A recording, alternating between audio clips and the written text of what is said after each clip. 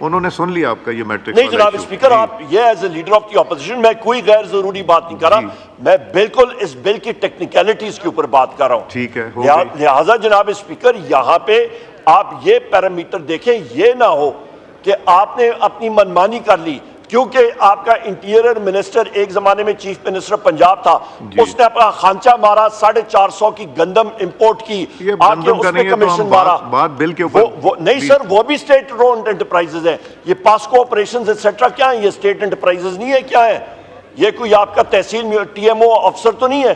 وہاں پہ آپ نے جناب اسپیکر 450 ارب کا خانچہ مارا، آپ نے غریبوں کی گندم پنجاب میں خریدی نہیں، الٹا اٹھ کے آپ نے ایک دن صبح کابینہ پہ کہتی ہے اور لوگ یہ کہتے ہیں کہ ہم نے گندم ایکسپورٹ کرنی ہے۔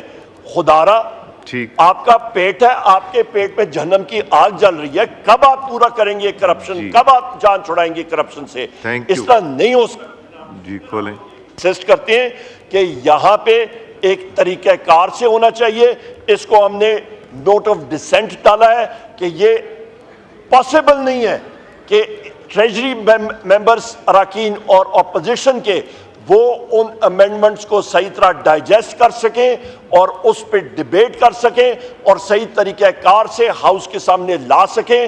ہم لوگ اپنی اور گورنمنٹ کے لوگ بھی جو ہیں یہ اپنی فیڈیوشری رسپانسبلٹی اور عوام کے سامنے یہ اپنی رسپانسبلٹی پوری نہیں کر رہے ہیں۔